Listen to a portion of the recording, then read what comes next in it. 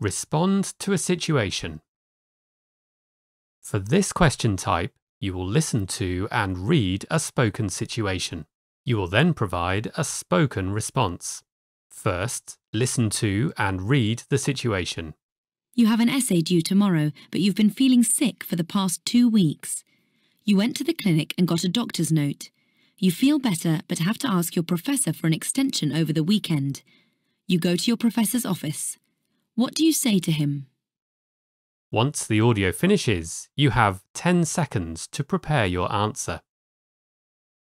After a short tone, the microphone opens.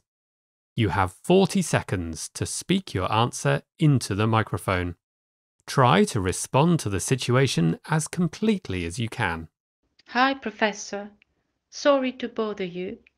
I know we have an essay due tomorrow, but I've been quite sick.